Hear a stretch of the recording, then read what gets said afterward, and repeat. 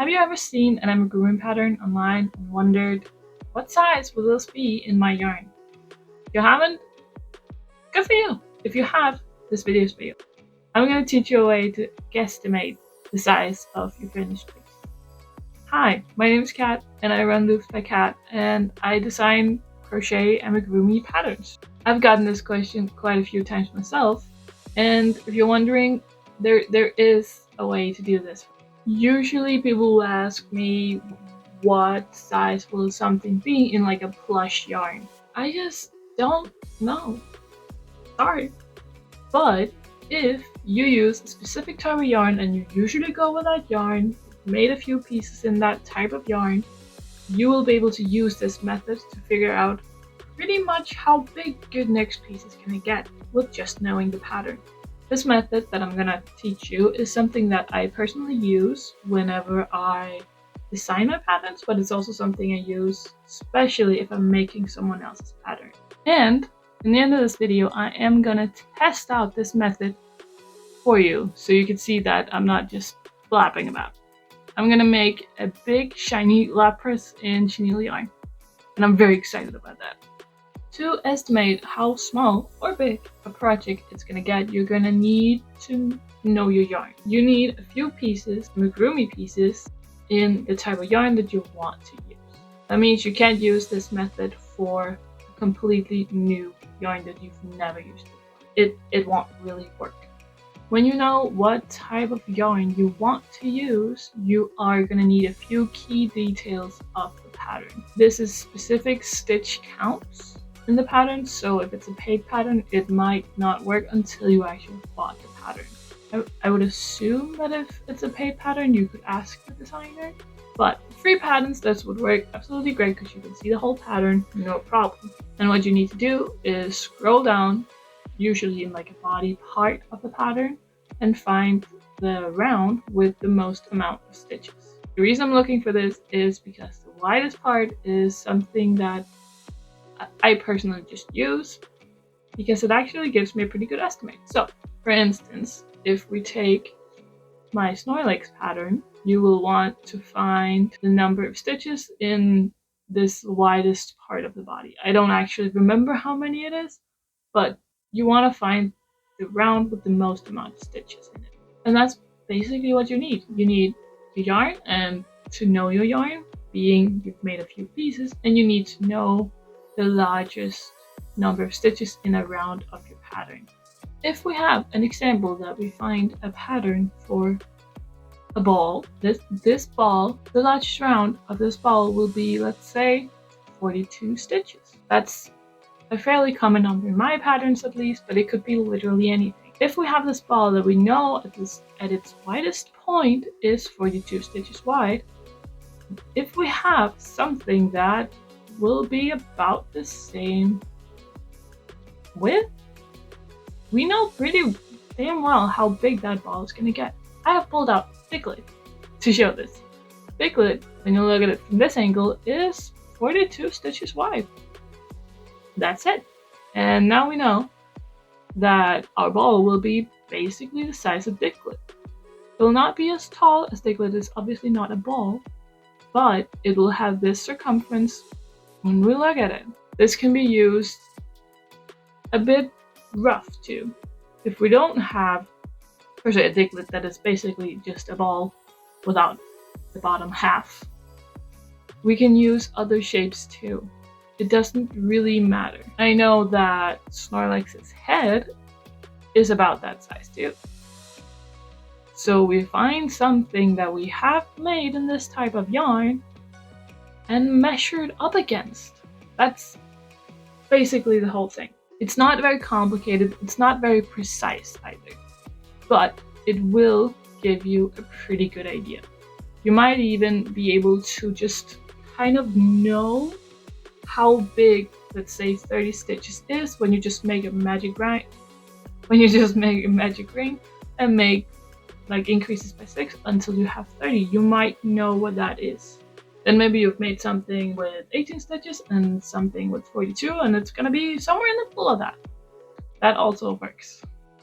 This is for estimating the width of the pattern. That That would mean how wide, let's say, a Snorlax is gonna get. But of course, it might not be a ball. It might be a bit more complex, and you would want to know how tall a thing is gonna be. Maybe it's like a long shape. Let's take like a Lapras. That's a weird shape. For Lapras, we make the body like from here and down, and then we sew on this piece. How tall would this be? To do this, I like to use a scuffed ratio kind of math. But yeah, if the pattern is more complex, you might want to do it slightly different. You might want to know the height. If you want to know the height, you may have something with the same amount of rounds that you can measure up against. For instance, for a bit more complicated pattern, if we take my Psyduck pattern, he is obviously more tall than he is wide. For this, we will start using ratios. I have like a little graph. I know that Psyduck is 48 stitches wide around its belly. I'll be able to see on a photo that he is taller than he is wide.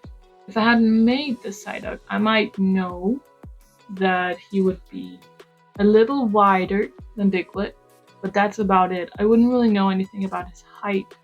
I will look at a picture of Psyduck and estimate how tall he is compared to how wide he is. You want to measure the height and the width. You can do this with literally the picture on your screen, phone, computer, anything. And like with your fingers measure out, okay, this is the height, this is the width, how big is it in comparison? It doesn't have to be more complicated. You don't have to. But if we then measure this, we will be able to see that he is roughly 1.5 times taller than he is wide. That means every time we have this amount of width, we will have 1.5 times that in height. And you can use like a measuring tape on your PC. That would mean that if we know from our experiment that he will be about this wide, we can take like a measuring tape, measure this, put it into a calculator, and say times 1.5. That'll give you the height in whatever measurement you've been using. That way you can actually estimate how big your piece is gonna get if you know your yarn and a few details of the pattern. And it is definitely a better estimate than a designer is gonna give you if they have never used that yarn. It just is. And a note to this method is if the pattern you're gonna use is even more complex, if they use different types of shaping to form whatever shape that they're going for, it might not work as well. This works very well with simple shapes for figures. If we're going in doing a lot of shaping in the crochet itself, it might not work as well. For most patterns, this will work absolutely fine. You won't get like an exact measure on how big your things are gonna get, but honestly, do we need that? So, as I promised you, I am gonna make this Lapras in chenille yarn. I have used this yarn before, thus I can use this method. So we're gonna use this to make a big shiny Lapras, but before I do that, I am gonna make sure to figure out how big it's gonna get. I have not been making that many pieces in this yarn. I think it's 6 or 7 at most. Like we have Swablu up here that is in this yarn, but we also have a Snorlax, and we're gonna use Snorlax for this guesstimation. This is Snorlax. He's pretty big, and I'm hoping for this amount of big for Lapras. I looked up my patterns. I figured out that the amount of rounds in this pattern is actually the same as this pattern for the body. So for this piece that starts here and ends here of the body is actually around the same amount of rounds. So I'm gonna use that as an estimate. So from here to here, my big Lapras is gonna be about a Snorlax length. Yes, that's the way we're using this. going to be about a Snorlax length. Height-wise, this is going to be very hard to actually estimate, but I'm going to do the size thing that we also talked about. So here we can see that this width, we know that basically, is pretty much 1-to-1 with the height of a Lapras. So I'm guessing it's going to be about the height of Snorlax too. When we estimate this, it's important to note that, of course, Lapras will not be this chunk of a boy, because Snorlax is obviously a chunky guy. We love him for it, but our Lapras will not be as chunky. But it's gonna be about the same height as it is long. Something like that is my guess. So, we will now be making a big Lapras. And I will check in with you in about, 30 seconds to show you if I'm right. I really hope I am, otherwise this video is not going properly.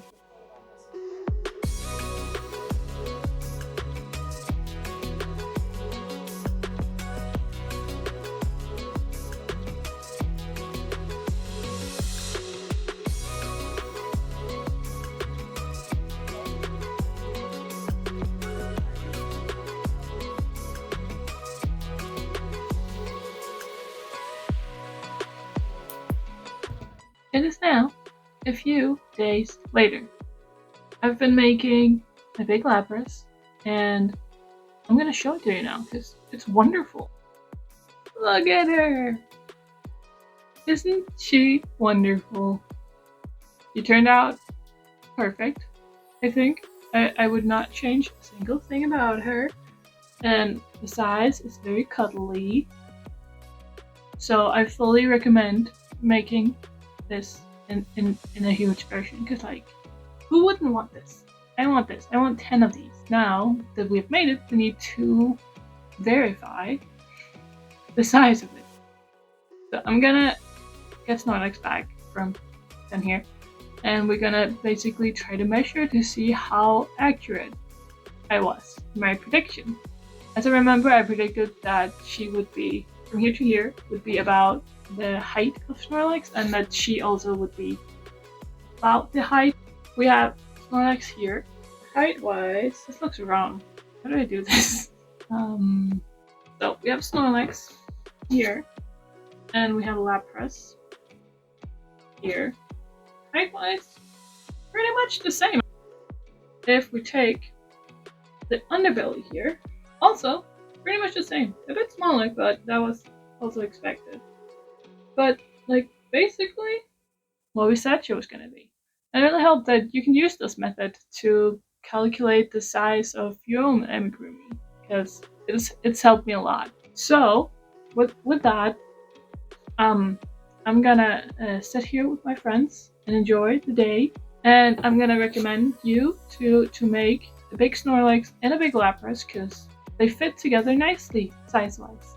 Both patterns are available now, both as PDF downloads on Ravelry and on my website. So go nuts, I guess. Bye!